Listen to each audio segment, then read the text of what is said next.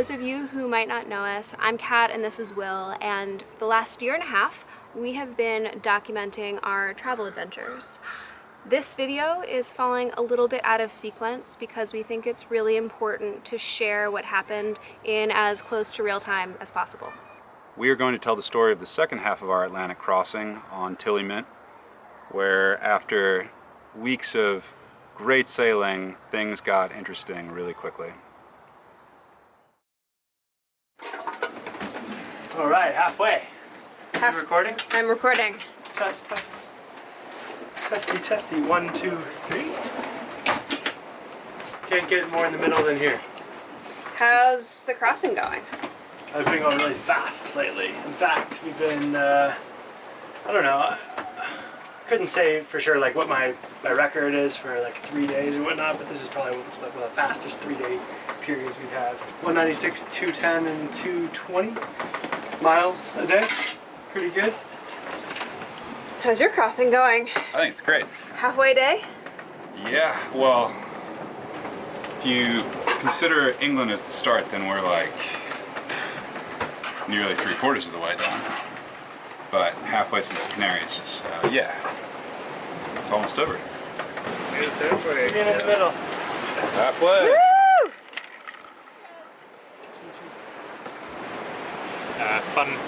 Fun and easy trip so far.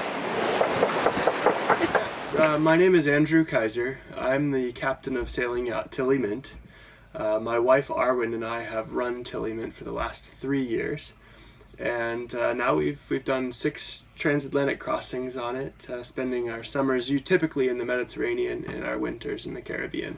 This last crossing was a very difficult one because we had a timeline that was fairly close to make, where we had to pick up guests on the 26th of December in the Caribbean. And we were leaving England fairly late in the year because we had one maintenance delay and we had several weather delays. So we were really running close margins on our schedule. The winds were light in the beginning, so we were starting to get concerned after leaving the Canaries, but then the trade winds started filling in. And it built and built and built until we were making, record-breaking for our boat speed. Butter's melting! We were flying the 2 headsails out wing on wing on spinnaker poles and just heading directly downwind with Tillymint, a 47-ton boat, just surfing down the waves, and we were really starting to really enjoy ourselves. It went from a concern of, well, are we going to make it literally in time for the charter to show up on the dock and pick them up, to, hey, we actually have a day's breathing room here, to actually we might have a couple days breathing room here because we're just making such great speed. We were practically, lighting the victory cigars thinking we'd made it in time for the charter, when at just around noon or 12:20 p.m. the satellite phone rang and we received the Mayday call. Well, I'll tell you what, so if we turn around and start making for them right now, how do we get updates on their position so we can help dial in and find them when we get closer? No, I think that's fine. We'll go ahead and head for the coordinates you gave me, and we'll look for an update from you in 3 hours, and we'll set a new timeline at that point. Okay, very good. We'll hear from you soon, and we'll start making our way that way now. The phone rings. This is the Falmouth Coast Guard. We have a family that's in distress, looking to abandon ship. And he said they're only, I think he said 17 miles from you. How long will it take you, or would you be willing to help? And if so, how long will it take you to get to their position? For myself and my crew and every other mariner I know, this is not really a question of can you help, it's just a matter of how long will it take to get there. I thought, well, we have to turn around and go back into the aforementioned 25 to 30 knots, and probably about this time we're at 15 to 20 foot waves, with the occasional larger wave coming through. So I said, well, I think we can make it in about 2 hours to their position, 17 miles to windward. And he says, oh, I think there's a misunderstanding because I said 77, not 17. So we did a quick recalculation, and decided that we thought we could make it in about 15 hours to their position, which was actually about 80 to 85 miles away from us. Oh, nice. Let's furl in, let's get sails in, and let's get the motor on, and let's go get some people.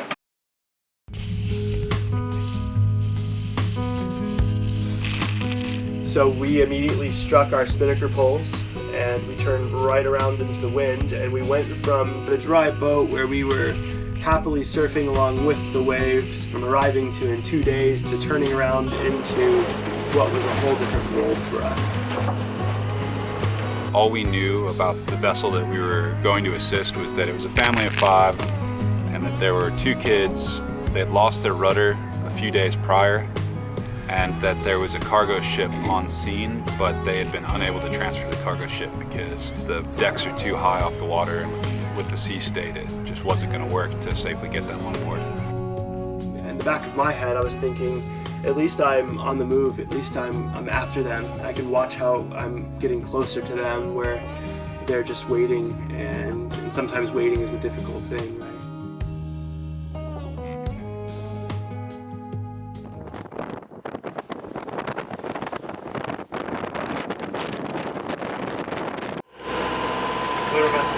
Sailing out Tournament. This is Sailing out Tournament 16. I received the Dove 2's position as 16 degrees at 20.6 minutes north by 052 degrees 23.3 minutes west. Is that correct? Over? Yeah, that's correct. Okay, thank you very much for the relay. We will alter our course to head that way. We will be standing by on channel 16.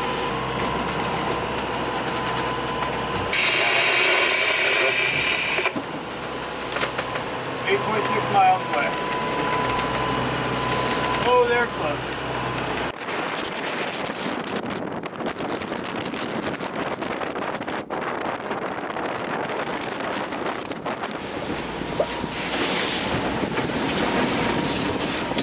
Jib's coming in.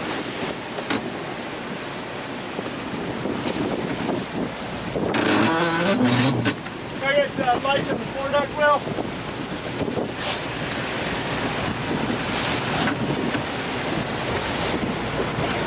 So when we arrived on scene, the moon was not up. It wasn't going to come up until 2 or 3 in the morning. It was pitch black. All we could see was the lights on the cargo ship's deck and the mast light of Dove 2. And the thought of trying to do the transfer at night just suddenly became totally untenable.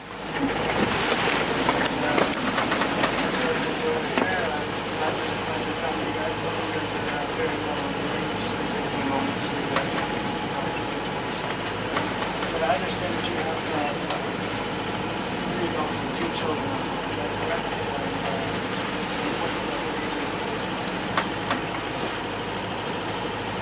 Yeah, it's great to see you guys. Many thanks for all your efforts. Yeah, there's myself, the captain, there's my wife, 1 boy, he's 9, 1 girl, she's 7, and my wife's stepfather. Obviously I'm going to stay with the boat. I'm going to try and suss out some way of rigging up an emergency rudder on the boat. And I'm going to make my way to hopefully Barbados. Initially, when we arrived on scene, we spoke with the crew of the other vessel, and we decided first and foremost that as much as we wanted to get this transfer done with, because we had pushed so hard for a little over 10 hours, and all we could think about was getting these people. It was our mission. Go, go, go, go. And then we arrive on scene, and we have to first determine that the conditions weren't suitable. It's just a very dark night. Yeah, we were thinking we're going to be transferring as soon as you arrive on scene, but we're happy to wait out until the morning. It'll be a lot safer for the children and the other 2 crew. I let them know that we had a watch person standing up all night and keeping an eye on them, and we bid them good night. So the crew of Tillymint, we all met down here in the salon, and we had a discussion about what was going to happen the next morning. The Coast Guard wanted us to go vessel to vessel. So bring our boats alongside each other, and that way we could transfer the kids directly over. They're never in open water. And their idea there was to have a cargo ship pull to windward of us and provide a lee, kind of a breakwater. We were all skeptical about this plan. There's no way our masts are gonna smash into each other. It's just not possible. Another option was for us to launch our tender, and then we could drive over, pick them up, drive back. And the third option was for them to launch their life raft, get in the life raft, and we would pick them up from there. And we were also very concerned about the plan of using the tender or launching the tender, because this could be dangerous for us and for them in the launching and retrieving process of our tender. After Andrew had given us all of our options for the next day, we hove to and tried to get some sleep to be as rested as possible for the next day, because quite frankly we were exhausted. This stuff too, go ahead. Good morning to you, Sarah. Hope you guys fared the night well. Just calling to let you know we are heading towards your position right now. We'll probably be with you in about 30 minutes. I don't know if you overheard the chatter just a minute ago, but New Seas Jade is now moving to position themselves to windward of us. And we're going to take it from there. Over. All copied, I heard all that conversation. We'll see you in a minute and hope you'll go well. Yeah, copied that. I'll say at this point I'm still hesitant to deploy my rescue boat, but we were going to wait until New Seas Jade's in position to see what the lee looks like before we make that call.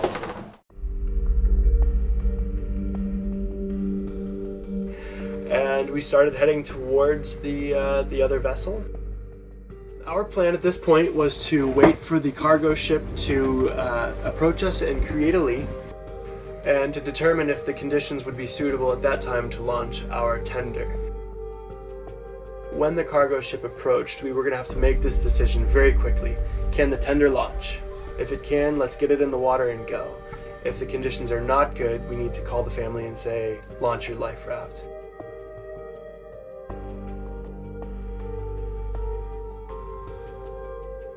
The cargo ship comes in front of us. It's very, very scary.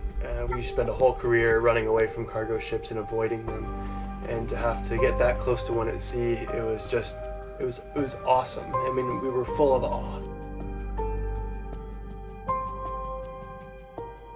It became quickly apparent that not only was the cargo ship drifting down on us and close to us and elevating the situation, but it didn't really do much. It might have put the wind down for a minute tops or something like this as they floated by, but it didn't do anything to quell the sea state.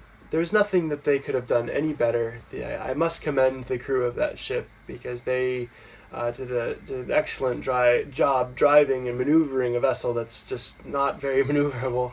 And they put it exactly where it needed to be, but the bottom line is that it was a big, dangerous cargo ship to windward of us, drifting down on us. Put a timeline on the whole thing that we needed to actually now get the people safely aboard before a cargo ship came down on everybody. So we immediately said no-go for the tender. We called the other vessel and we asked them to launch their life raft.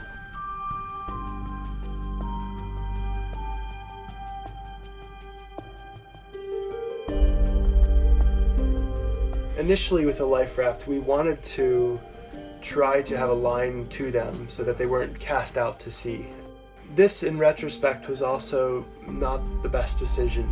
We had to do it again. I think the safer thing to do is to have everybody get in, cut the line, drift safely and clear of their vessel, and then you have the two large vessels coming nowhere near each other. There was something that didn't feel right about this, about putting a family into a life raft and then casting them out to sea, and this is how it stacked up in my head. And so we attempted this, and we were just doing this as safely as we thought we could. When their vessel surfed down 2 waves, then we have the boats rolling, and we had one roll where the boats rolled so close to each other that the masts just came in really close, dangerously close. And it was at this point where we actually cast off the line that we had kept, caught from them, and cleared out and got away, and reevaluated the situation, and then asked them to please board their life raft and cut the line and drift away, and that we promised them that we would come right to them immediately and pick them up.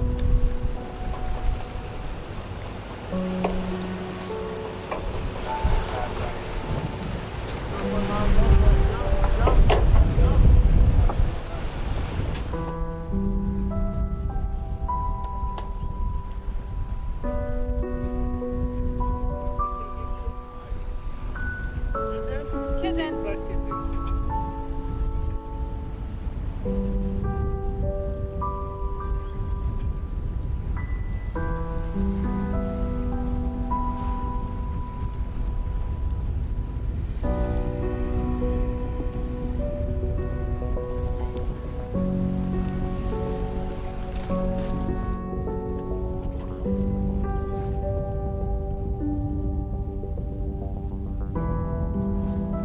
Right, they've got a line still to the boat, between the boat and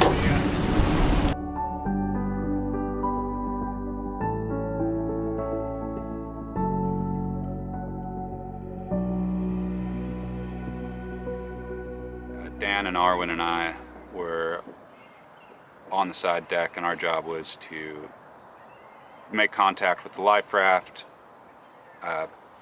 get a line on deck and attach to a cleat, and then try to figure out how to get them out, which it all sounds pretty easy, but we quickly found that in the sea state we were in, trying to get 2 kids out from a life raft and safely through the gate and the lifelines was a little more challenging than we thought. The life raft's above the lifelines one moment, and then 8 feet below us the next. And probably somewhat terrifying for them, sitting down in the life raft watching this 40-ton yacht roll back and forth, nearly on top of them. Once they were alongside, we were rolling so heavily that I had the idea that perhaps I could try to heave too, just like we had been last night. This is putting your sails out in a configuration that stalls the boat out and makes it sit still in the water, but also leaned over, using the wind's pressure to stop the boat from rolling heavily. Problem is that once we tried this, that it didn't work with the way the boat was now configured with a life raft alongside of us. Didn't allow us to have proper control of it. Actually, the life raft worked almost as a second rudder, turning the boat downwind and sailing us. So we started sailing forward at 2 knots with them alongside of the boat, and we realized quickly that this wasn't going to work. We struck our sails once again. We brought them alongside to the opening in the gate, at which point one of my crew members, Will, looked back at me in the cockpit, and he says, "I feel like I've got the reach. I can get one of the kids out. Should I go for it, or can I go for it?" And I said, "Yes, if you feel like you can get them, go for it." At this point, I put the camera down because it was all hands on deck. While Will, Dan, and Arwen were at the gate pulling the family out of the life raft, I was back at the helm with Andrew, making sure that once the family, especially the kids, were on board, they were safe and secure and watched while the rest of the family was getting rescued. So at this point, we had the family, but James, the father and skipper of Dove 2, had elected to remain on board. He was pretty determined that with his family safe, that he could just focus on the task of jury rigging a rudder and using drogues and his headsails to point downwind and hopefully drift towards Barbados or somewhere in the Caribbean without a rudder. Needless to say, his family was fairly terrified at the prospect of leaving him behind, but he's a tough guy, and he wasn't going to be persuaded otherwise. We immediately proceeded to set sail. Asked the skipper, the father of the family, over the radio if there's anything else we could do. I know some goodbyes were said on the radio, and we immediately started setting sail. I'm sure it was a really trying moment for his family as they were watching him kind of recede on the horizon, wondering when they were going to see him again. Luckily, all went wrong for him on board. We were maybe about 3 or 4 miles away, not far, just still on the horizon, when we received a radio call from the captain of the other boat. And he said, "I'm very sorry, but I've made a go of it." He had a few things go wrong while he was trying to get the boat sailing. Main sheet snapped, Genoa's snapped, suddenly he's got sails all over the place. It's a huge mess, and I think he must have just been finally kind of defeated by the days of trying to effect repairs and bobbing around in big seas, and he made the called us up and asked if we had room for one more, which we were overjoyed at. I can't say how relieved we were. You know, it's almost like the boat was telling him this isn't going to happen and that he needs to come aboard, and we're just so happy that their family was reunited. With him coming on board, just him, no kids to worry about, the whole thing went off without a hitch.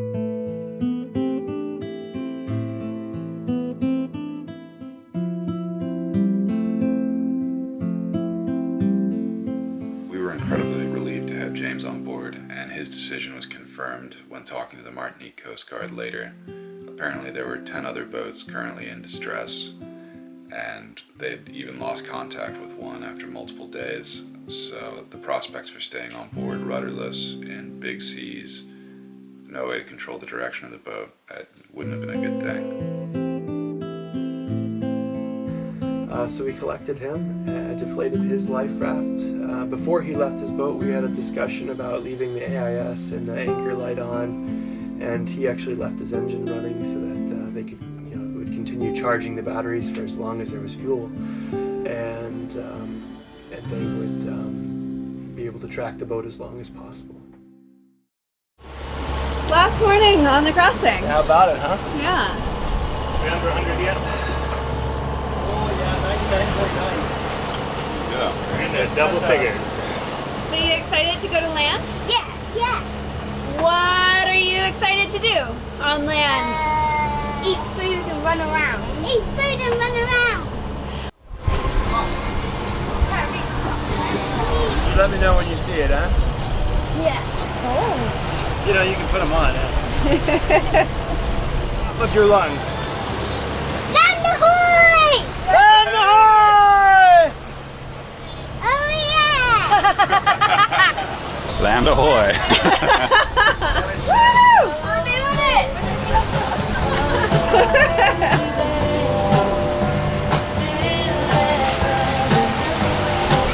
You excited?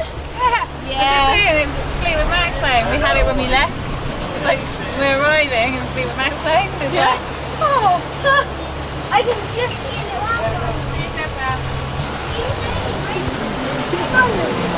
Heat first wash in 6 weeks.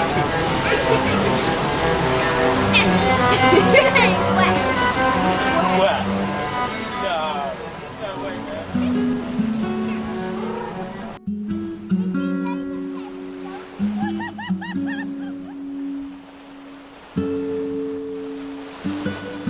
Alright guys, now just hold on, okay?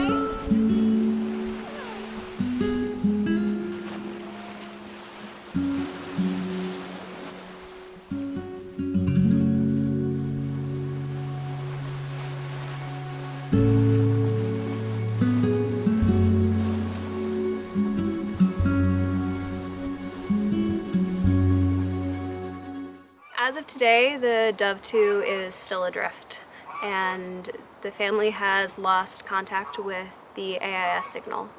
Their ultimate hope is that someone will sight the vessel as it approaches the islands, and at that point they can get a towboat out there to bring her in the rest of the way. But the outlook's not good. This family has been saving, as so many of us did or are currently doing, to go cruising for a few years, and this trip, this was the very beginning of their voyage, and they have now lost, quite literally, everything. And they did everything right. You know, the more we learned about all the care they had taken in the preparation of their vessel. James had even crossed the Atlantic going the other way, the harder way, on this boat prior to purchasing her. So he knew her well, and they'd even inspected the rudder out of the water prior to leaving Portugal.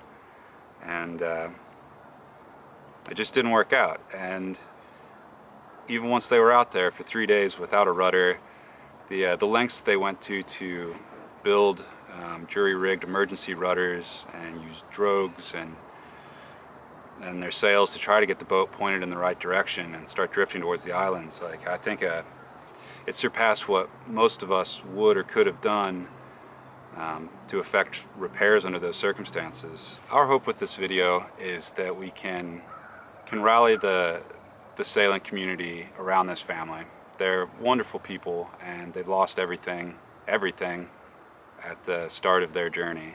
It's going to take a lot to get back on their feet. Even if they're able to recover their yacht, it's going to be in rough shape, and that's a long shot. So we're hoping we can rally the support of the sailing community. Everyone that's gone to sea or thinks about going to sea wonders what can happen when it all goes wrong, and this is it. So there are a couple of ways that you can help.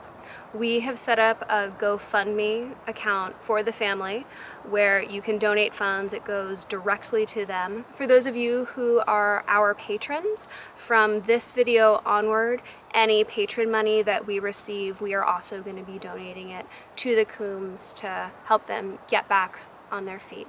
If you want to know more about what happened, obviously this video is from our perspective as the crew of Tillymint.